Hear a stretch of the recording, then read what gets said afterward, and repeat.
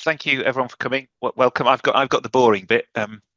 Today is mostly about an opportunity for for us to showcase some of the excellent modelling and simulation research that's going on in UK materials at the interface between modelling and simulation in an experiment and between academia and industry. But what we thought was really important for us to do is just introduce the modelling and simulation research area in Royce very briefly. So that's what I'm going to do now.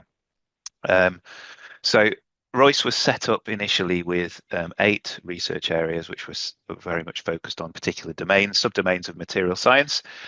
More recently, 2 new research areas have been established, which are cross-cutting and focused on techniques. So one of those is imaging and characterization, but the one we're talking about today is the modeling and simulation research area.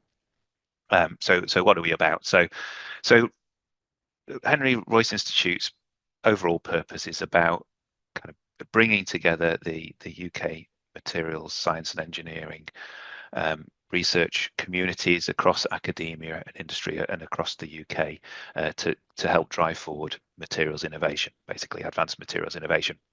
And the research area, our modelling and simulation research area, is essentially to fulfill that purpose in the context of all things related to modelling and simulation. And for at least for the meantime, the modelling and simulation research area also has within its remit data-centric engineering, materials science and engineering, and also all things AI and machine learning. We wanted those to have a home somewhere in one of the research areas, and for now, this seemed like the natural home for it, just for someone to look after them for now. And the other thing is that our remit, of course, spans between industry and academia. So that's what we're here for. So what are some of our aims? I think our key aim is, from the point of view of people who do modelling and simulation research, is to ensure that modelling work is seen as an integral part of Royce activity, as the activity of the Royce Institute. Now, when the Royce Institute was first set up in its first phase, an awful lot of the activity was about capital expenditure and buying very nice equipment for experimental work across the country. And so there wasn't a great deal for us in the modelling and simulation world to do, and having watched how difficult that process was, I'm glad I wasn't involved in attempting to spend that money. But now, in the second phase of Royce activity, Royce is much more about community building and facilitating research and facilitating good material science, and modelling and simulation is very much a part of that. So, and there are various things that we want to do around that. One is kind of lowering the barrier to the use of modelling and simulation in research, making it easier for people to incorporate that into what they're doing. We have objectives around improving the collection, retention and sharing of data, particularly from experimental facilities, as well as the results of computational work. But also to help people with establishing new collaborations between experimental work and modelling and simulation, or between modelling and simulation work in academia and industrial needs. So helping industry to access modelling expertise in academia and helping academics to understand industry needs in this respect. We're not going to be about buying computational hardware. I've always agreed with Royce's position that Royce isn't the place to be spending money on computers. We've got much better mechanisms for providing compute for us in the UK than that. So what sort of things have we been doing so far? So one of the things we're currently working on is a directory of UK modelling expertise. One of the things I always find frustrating when I'm trying to find out who does what in what domain across academia in the UK is that there isn't anywhere to find that information. UK university websites tend to be absolutely terrible for this. They're out of date and patchy, and you just can't answer simple questions like who does what and where. So what we want to do is build a very lightweight database of who's using what techniques and in what domains of application, so that we can start to provide a first point of contact for people who have an interest or a need in the modelling area and just need to make first contact. So if Alex gets in touch with you about adding your details to that database, please do respond. It won't be particularly onerous. We're not going to be asking for a great deal of information. It's just about a very lightweight tool to facilitate contact. The other thing we do out of this research area is look after the Royce data curation team. We've got a couple of data curators working in the Royce Institute, and their remit is really to shift our working culture in materials science towards a proper open sharing of research data and best practice in data management. My feeling is that for the most part, we're pretty terrible to an embarrassing extent at this in materials science. So they're all about how we facilitate the use of best practice, lowering the barrier to adoption of tools, going out and educating and training people in the various ways that we can do things better with respect to our research data.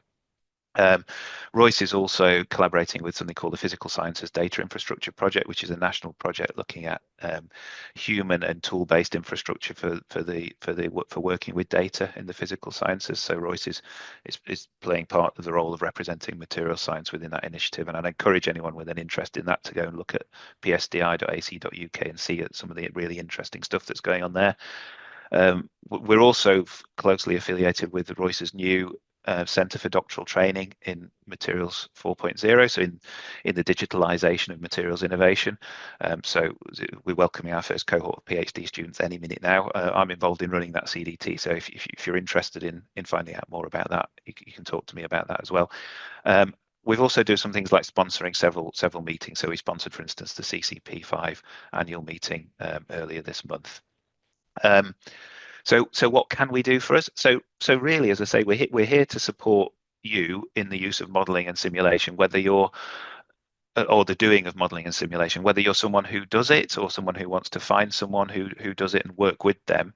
We're here to help you if we can. So we've got a modest budget to sponsor and support events and pay for activities. As I say, we have sponsored events in the past. At the moment, we're tending to say yes to pretty much most requests. So if you've got something you'd like some support for, do get in touch with me or Alex in the first instance. One thing I would say is it's really useful if you can be specific about what you want.